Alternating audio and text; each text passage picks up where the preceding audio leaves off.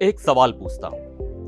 आप जो दूध पीते हैं या जिससे बनी चाय, कॉफी, पनीर, घी खाते हैं, क्या आपने कभी सोचा है कि वो वेज है या नॉन वेज? आप कहेंगे, अरे ये कैसा सवाल है, दूध तो दूध होता है, वो हमेशा शाकाहारी ही होता है। लेकिन अगर मैं आपसे कहूं कि एक ऐसा दूध भी है जिसे नॉन वेज दूध कहा जा रहा है, और इसी नॉन वेज दूध की वजह से दुनिया के दो सबसे बड़े लोकतंत्र भारत और अमेरिका एक बहुत बड़ी ट्रेड डील पर आमने सामने आ गए हैं। भारत ने साफ कह दिया है कि यह हमारी नॉन नेगोशिएबल रेड लाइन है, इसे पार करने की कोशिश भी मत करना। तो आखिर क्या है ये नॉनवेज दूध का पूरा मामला? क्यों भारत इसे लेकर इतना सख्त है? और अगर ये अमेरिकी दूध भारत आ गया तो हमारे किसानों को 1 लाख करोड़ का नुकसान कैसे हो सकता है? चलिए समझाता हूं पूरा मामला। मैं हूं आपके साथ सिद्धार्थ प्रकाश। तो सबसे पहले सबसे बड़े सवाल पर आते हैं, आखिर ये नॉनवेज दूध है क्या? देखिए, भारत में हम गाय को एक पवित्र पशु मानते हैं। हमारी गायें आमतौर पर घास, भूसा, चोकर, खली यानी पूरी तरह से वानस्पतिक यानी वेजिटेरियन चारा खाती हैं। लेकिन अमेरिका और कई पश्चिमी देशों में ऐसा नहीं है। वहां डेयरी फार्मिंग एक बहुत बड़ी इंडस्ट्री है। गायों से ज्यादा दूध लेने के लिए उन्हें हाई प्रोटीन डाइट दी जाती है। और ये प्रोटीन कहां से आता है? कई बार ये प्रोटीन जानवरों के सोर्स से आता है।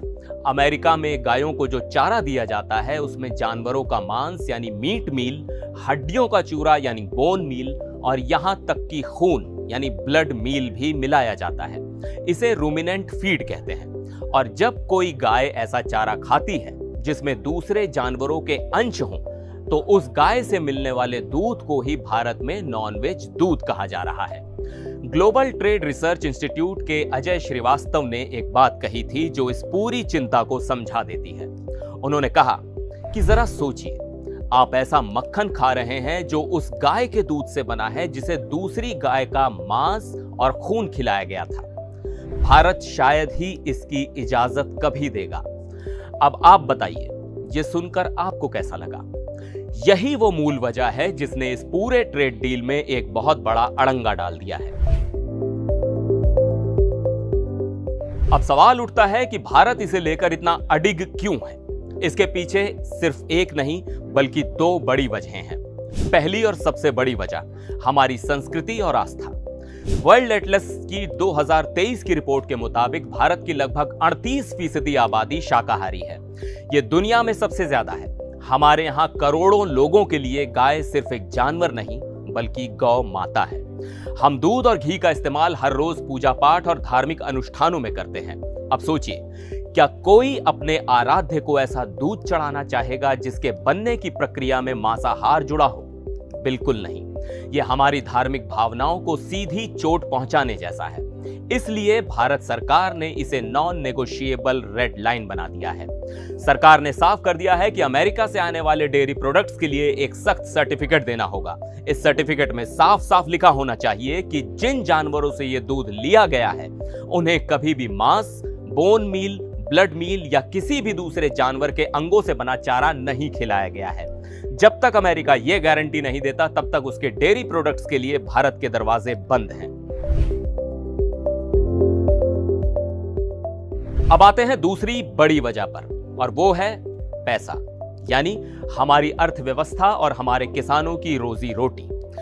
भारत दुनिया का सबसे बड़ा दूध उत्पादक देश है। हमारे देश में करोड़ों किसान परिवार डेयरी के काम से जुड़े हैं। यह उनकी आय का मुख्य स्रोत है। अब सोचिए, अगर अमेरिका के सस्ते डेयरी प्रोडक्ट्स भारतीय बाजार में आ गए तो क्या होगा? स्टेट बैंक ऑफ इंडिया की एक रिपोर्ट इस खतरे को साफ साफ बताती है।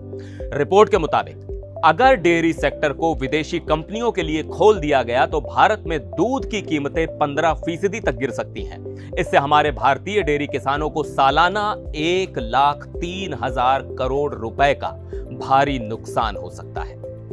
1 लाख करोड़ रुपए।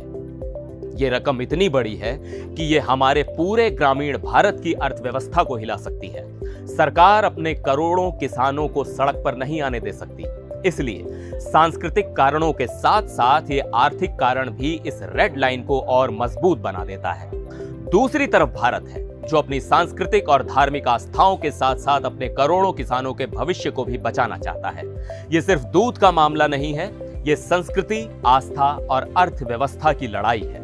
इसीलिए अमेरिकी दबाव के बावजूद भारत इस मुद्दे पर झुकने को तैयार नहीं है। ये नॉन वेज दूध भारत अमेरिका ट्रेड डील के रास्ते का सबसे बड़ा कांटा बना हुआ है। अब हम आपसे पूछना चाहते हैं, आपको क्या लगता है, क्या भारत का स्टैंड सही है? क्या आस्था और किसानों की रोजी रोटी के लिए किसी भी ट्रेड डील को रोका जाना चाहिए, या फिर भारत को बीच का कोई रास्ता निकालकर अमेरिका के साथ समझौता कर लेना चाहिए? अपनी राय नीचे कमेंट्स में हमें जरूर बताएं। अगर आपको ये जानकारी पसंद आई हो और मामला अच्छे से समझ आया हो तो इस वीडियो को लाइक करें, अपने दोस्तों और परिवार के साथ शेयर करें ताकि उन तक भी ये जानकारी जरूर पहुंचे, और हमारे चैनल को सब्सक्राइब करना बिल्कुल ना भूलें। मिलते हैं अगले वीडियो में, तब तक के लिए नमस्कार।